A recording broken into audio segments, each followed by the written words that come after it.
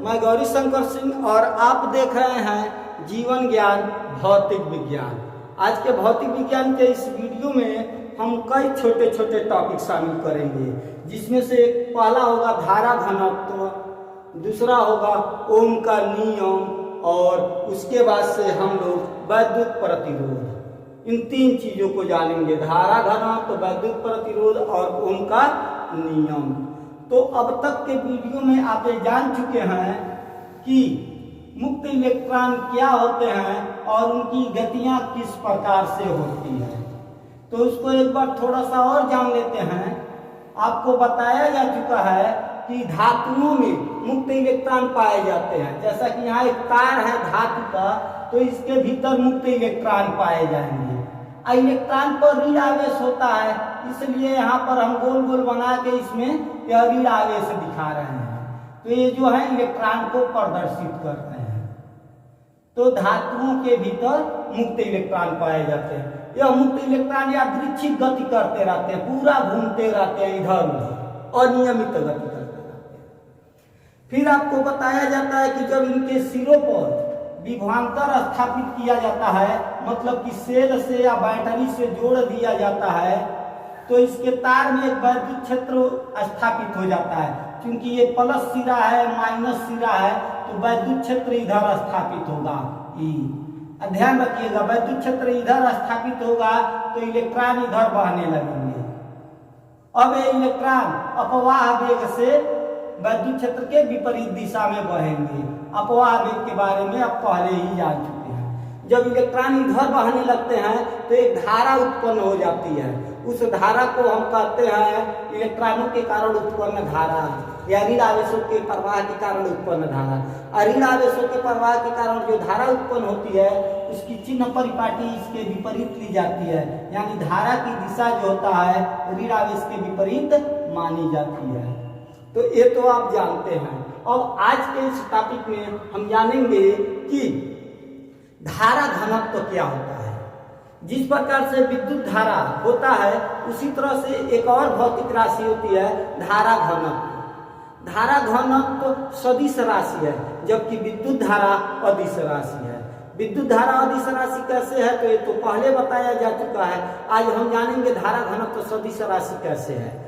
तो धारा घनत्व की जो परिभाषा है, अगर हम परिभाषा की बात करें, किताबी परिभाषा की बात करें, तो किताबी परिभाषा है किसी चालक में किसी बिंदु पर प्रति एकांक क्षेत्रफल के अभिलंबवत गुजरने वाले विद्युत धारा को उस बिंदु का धारा घनत्व कहते हैं। ये तो किताबी परिभाषा है। इसको समझते हैं धारा घनत्व किसको कहते हैं। देखिएगा, धारा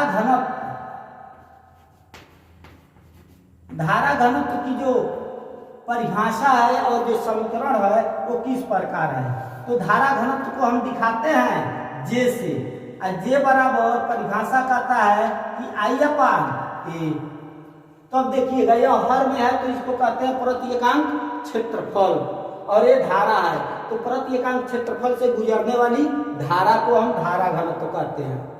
ठीक है, प्रति एकांक क्षेत्रफल से गुजरने वाली धारा को हम धारा घनत्व कहते हैं। लेकिन ये सटीक नहीं है, क्योंकि धारा घनत्व एक सदिश राशि है, तो दिशा भी इसमें आपको इंक्लूड करना पड़ेगा, शामिल करना पड़ेगा। कैसे, देखिएगा, जैसे हम इस बिंदु पर पूछ रहे हैं कि धारा घनत्व क्या होगा।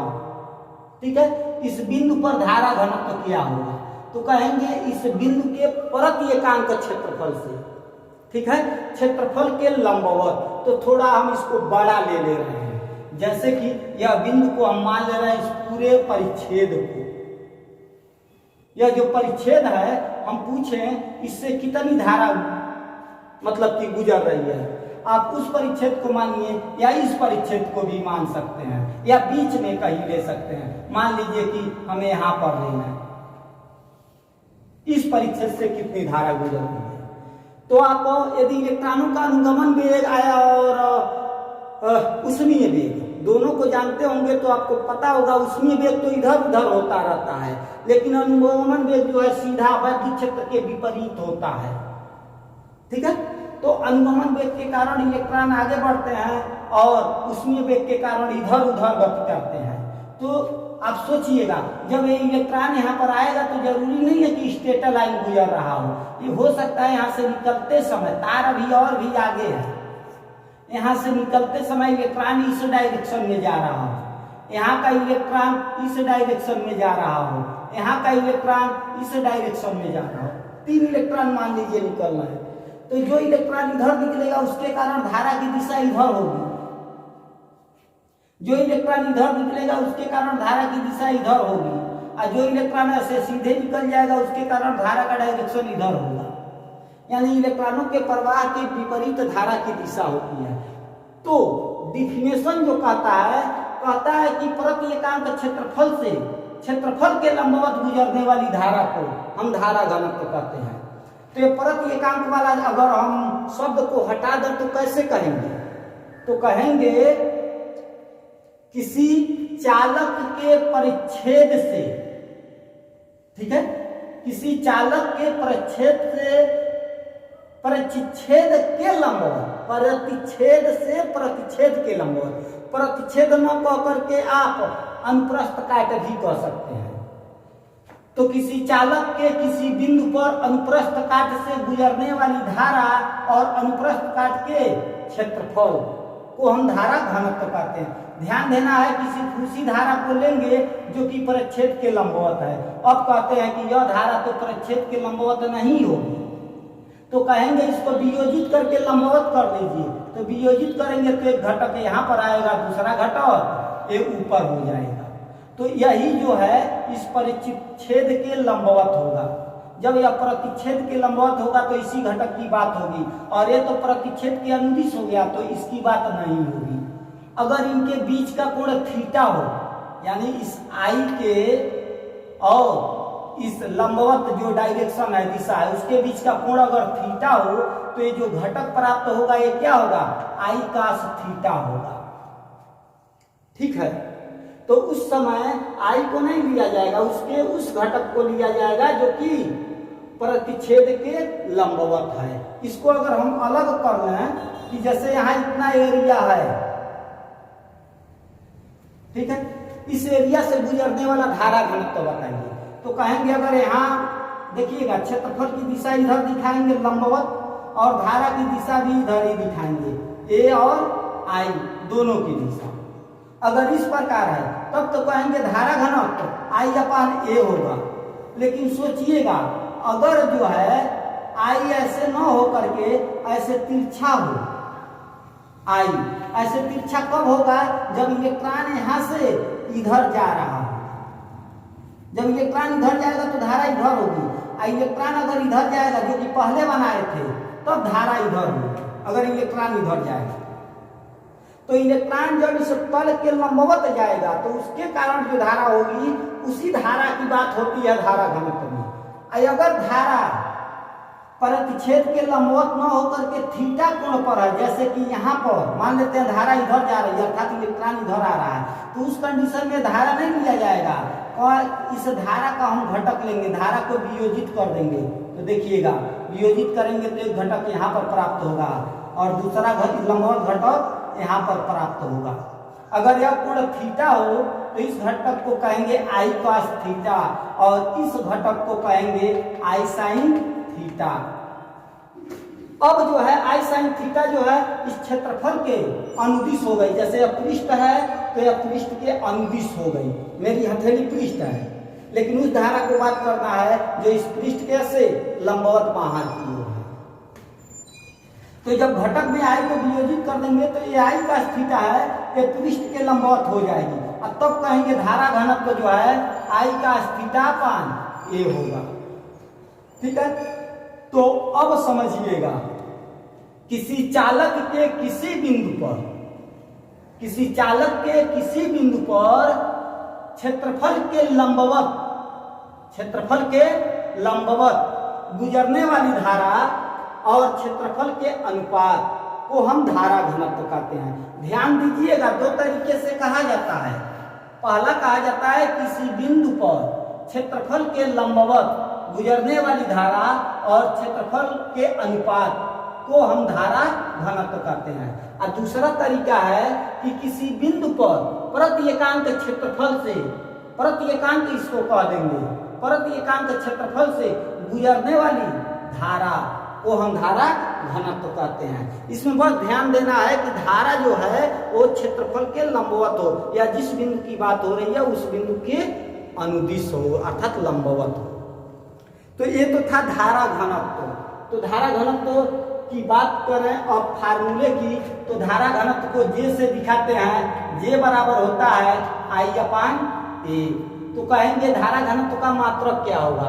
तो धारा घनत्व का मात्रक I का मात्रक होता है एम्पियर, और A क्षेत्रफल है तो इसका मात्रक होता है मीटर स्क्वायर। तो हो जाएगा एम्पियर मीटर स्क्वायर। ये धारा घनत्व की परिभाषा है। यह सदिश राशि होती है। कहेंगे इसकी दिशा किधर होगी? तो कहेंगे इसकी दिशा क्षेत्रफल के लंबवत होती है, या क्षेत्रफल के दिशा के अनुदिश होती है। तो ये तो हुआ धारा घनत्व। अब आते हैं, बात करते हैं प्रतिरोध की। प्रतिरोध क्या होता है? प्रतिरोध का शाब्दिक अर्थ होता है अवरोध उत्पन्न करना, या कि रुकावट उत्पन्न करना। ठीक है, प्रतिरोध का मतलब अवरोध या रुकावट उत्पन्न करना। जैसे सड़क पर चलते हैं तो सड़क पे प्रतिरोध लगे होते हैं, जिसको हम ब्रेकर कहते हैं। तो अलग अलग जगहों पर स्थिति के अनुसार अलग अलग नाम होता है। ठीक है, तो चालक में यहाँ हम विद्युत पढ़ रहे हैं, तो विद्युत में या विद्युत धारा में प्रतिरोध क्या होता है? तो विद्युत धारा के मार्ग में जो रुकावट उत्पन्न करता है उसी को हम प्रतिरोध कहते हैं। तो आइए चालक में समझते हैं प्रतिरोध क्या होगा। तो चालक के बारे में एक बार फिर वही बात है। चालक में जो धारा बहती है वह मुक्त इलेक्ट्रॉनों के प्रवाह के कारण होती है। मुक्त इलेक्ट्रॉन जब एक जगह से दूसरी जगह प्रवाहित होते हैं तो वो अपने साथ आवेशों को भी प्रवाहित करते हैं। आवेशों के प्रवाह को ही विद्युत धारा कहते हैं। अब चूंकि नियम यह है कि इलेक्ट्रॉन ऋण आवेश को लेकर के चलते हैं, तो ऋण आवेश जिधर बहेगा धारा की दिशा उसके उल्टी मानी जाएगी। अगर आप मान लें ऋण इधर आवेश बह रहे हैं, ऋण आवेश यानी इलेक्ट्रॉन अगर दाईं ओर बह रहे हैं, तो इस तार में जो धारा होगी उस धारा I की दिशा जो होगी उल्टी होगी, यानी कि इधर बढ़ेगी। ठीक है, अब बात आती है प्रतिरोध किसे कहते हैं, या चालक का प्रतिरोध किसे कहते हैं। तो जब यह इलेक्ट्रॉन चालक में आगे बढ़ेगा तो इस चालक के भीतर सिर्फ मुक्त इलेक्ट्रॉन थोड़ा है। मुक्त इलेक्ट्रॉन के अलावा धनायन है और परमाणु है। तो ये इलेक्ट्रॉन जब चल रहे होते हैं तो रास्ते में धनायन वगैरह पड़ते हैं तो उनसे टकराते हैं। तो जब धनायन से टकराते हैं तो अपनी ऊर्जा उनको दे देते हैं। तो ऊर्जा दे देने के बाद उनकी स्पीड थोड़ी कम हो जाती है। ठीक है, तो इस प्रकार जब स्पीड कम हो जाती है कि इसका मतलब उसके रास्ते में अवरोध आ जाता है। तो सभी चालकों में ऐसा होता है। तो आवेश प्रवाह जिसको हम कह रहे थे इलेक्ट्रॉन प्रवाह, याद रखिएगा इलेक्ट्रॉन बहता है तो उसके साथ आवेश भी बहता है। तो इलेक्ट्रॉनों के मार्ग में अवरोध उत्पन्न होना और आवेशों के मार्ग में अवरोध उत्पन्न होना यह समान ही बात है। ठीक है, तो प्रतिरोध किसे कहेंगे? तो कहा जाता है कि चालक के भीतर जब आवेश वाहक यानी आवेशों को ढोने वाला अर्थात इलेक्ट्रॉन, चालक के भीतर जब आवेश वाहक प्रवाहित होते हैं तो चालक द्वारा आवेश वाहकों के मार्गों में अवरोध उत्पन्न होता है। इस अवरोध को ही हम चालक का प्रतिरोध कहते हैं या वैद्युत प्रतिरोध कहते हैं। एक साइमन ओम महोदय हुआ करते थे, उन्होंने इस प्रतिरोध के बारे में एक गणना करके देखा कि क्या होता है यह प्रतिरोध। तो उन्होंने पाया कि जब किसी चालक के सिरे पर बैटरी लगा दिया जाता है या सेल लगा दिया जाता है तो चालक में धारा बहने लगती है। ठीक है, अभी देखिएगा तो बैटरी हम यहाँ लगा दे रहे हैं, पहले सेल था ऐसे, ये बैटरी लगा दिए तो या प्लस हो गया या माइनस हो गया, धारा इधर बहेगी यानी इलेक्ट्रॉन इधर बहेगी। ठीक है, तो उन्होंने देखा कि जब V वोल्ट की बैटरी लगाते हैं तो I धारा बहने लगती है। ध्यान दीजिएगा, उन्होंने क्या किया, V वोल्ट की बैटरी लगाई तो I धारा बहने लगा। फिर उन्होंने इस वोल्टेज को थोड़ा बढ़ा दिया और जब वोल्टेज को बढ़ाया तो देखा कि धारा ही क्या हो रहा है, बढ़ रहा जा रहा है। यानी कि धारा और वोल्टेज के बीच अंतर्मानुपाती संबंध है, अर्थात एक बढ़ता है तो दूसरा भी बढ़ जाता है।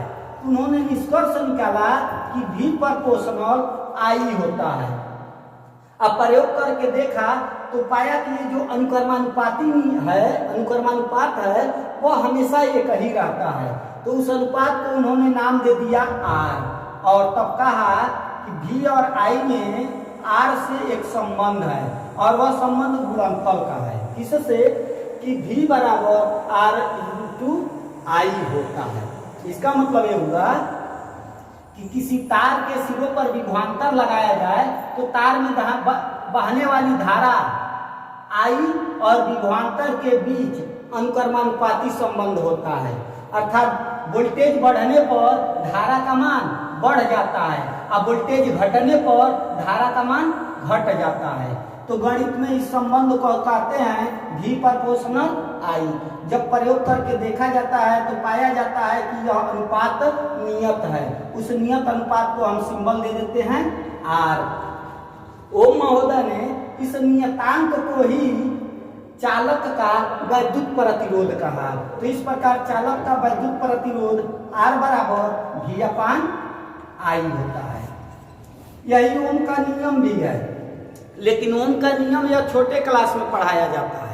हम लोगों को पढ़ना है कि ओम का नियम अनुगमन वेग के आधार पर, अर्थात जो पहले अपवाह वेग या अनुगमन वेग पढ़ चुके हैं उसके आधार पर ओम का नियम क्या है। यह वाला ओम का नियम नहीं, यह वाला ओम का नियम तो छोटे क्लास में पढ़ चुके हैं, यहाँ भी पढ़ चुके हैं। ठीक है, तो एक बार ओम का नियम यहाँ छोटा वाला समझ लीजिए, फिर अनुगमन वेग के आधार पर ओम के नियम को सत्यापित करेंगे। तो ओम का नियम कहता है कि यदि चालक की भौतिक अवस्थाएं न बदले तो चालक के सिरों पर स्थापित किया गया विभवांतर और चालक में प्रवाहित होने वाली धारा एक दूसरे के अनुक्रमानुपाती होती है। अर्थात V प्रोपोर्शनल I या V बराबर I, जहां R अनुक्रमानुपाती नियतांक है तब R बराबर V/I। इस अनुक्रमानुपाती नियतांक R को ही हम चालक का वैद्युत प्रतिरोध कहते हैं। तो ठीक है, आज के इस टॉपिक में आपने धारा घनत्व और वैद्युत प्रतिरोध के बारे में जानकारी ली। अभी अगले वीडियो में हम आपको अनुगमन वेग के आधार पे ओम के नियम अर्थात R बराबर V/I को स्थापित करके देखेंगे। तब तक के लिए इजाजत दीजिए, फिर अगले वीडियो में मिलेंगे। धन्यवाद, नमस्कार।